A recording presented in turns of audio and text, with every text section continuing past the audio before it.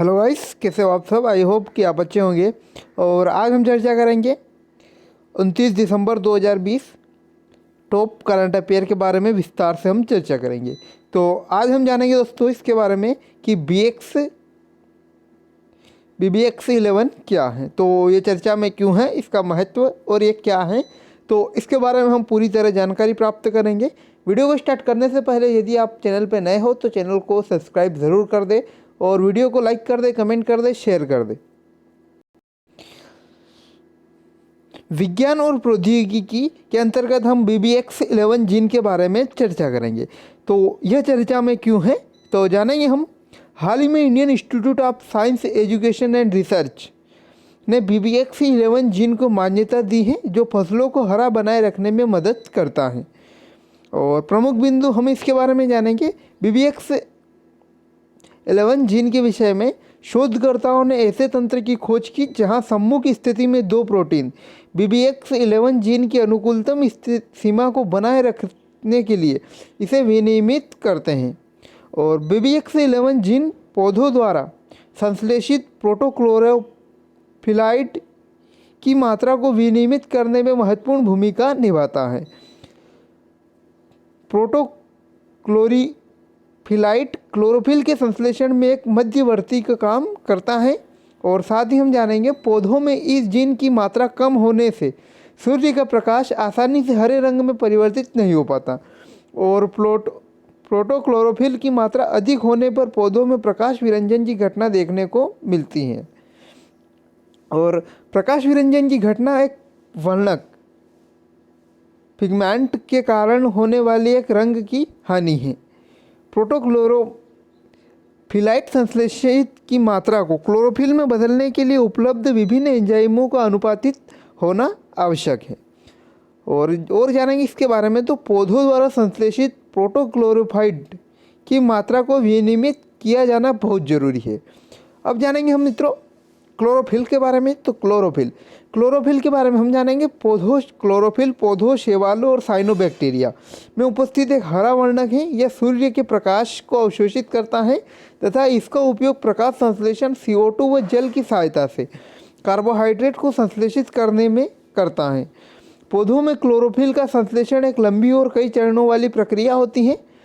जब बीज अंकुरित होकर मिट्टी से बाहर निकलता है तो वृद्धि व विकास हेतु वह क्लोरोफिल का संश्लेषण करता है।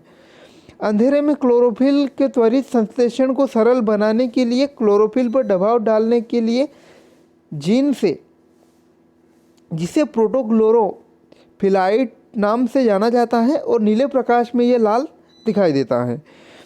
जैसे ही पौधा मिट्टी के बाहर प्रकाश संश्लेषण में आता है, वैसे ही प्रकाश निर्भर एंजाइम प्रोटोक्लोरोफिलाइट को क्लोरोफिल में बदल देता है।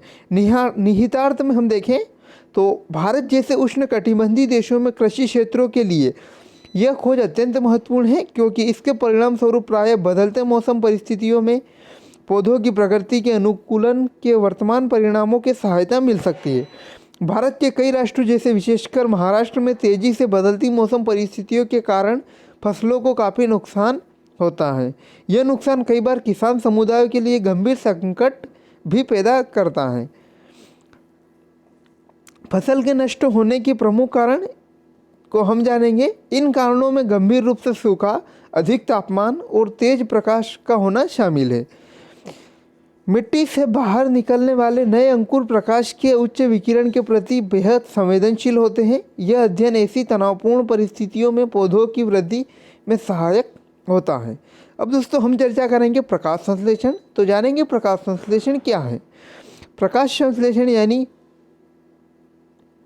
फोटोसाइटोसिस वह प्रक्रिया है जिसके द्वारा हरे पौधे द्वारा और कुछ अन्य जीव प्रकाशीय की ऊर्जा को रासायनिक ऊर्जा में बदलते हैं।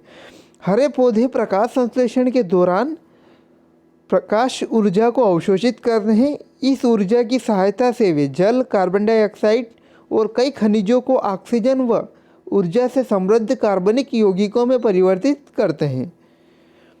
अब जानेंगे प्रकाश संश्लेषण को प्रभावित करने वाले कारक। तो प्रकाश संश्लेषण को प्रभावित करने वाले कारक के तौर पर हम जानेंगे विभिन्न आंतरिक पौधों और बाह्य कारक प्रकाश संश्लेषण की क्रिया को प्रभावित करते हैं।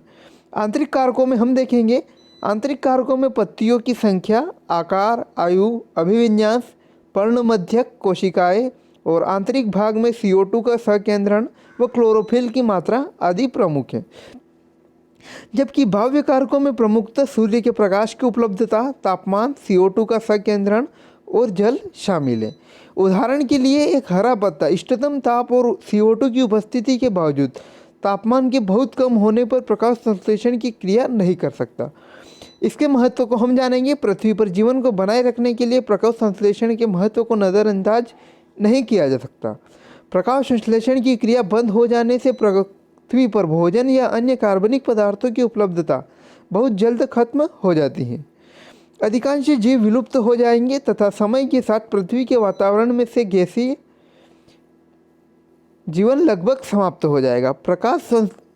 पौधों द्वारा लाखों वर्ष पूर्व से ही प्रकाश संश्लेषण क्रिया द्वारा ऊर्जा का उत्पादन किया जा रहा है, जिसकी वजह से जीवाश्म ईंधन, कोयला, तेल और गैस की उपलब्धता संभव हुई है और जो वर्तमान में ऊर्जा का प्रमुख स्रोत है।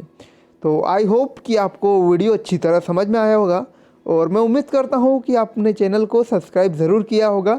Thanks for watching. मिलते हैं ऐसी ही नई अपडेट्स के साथ।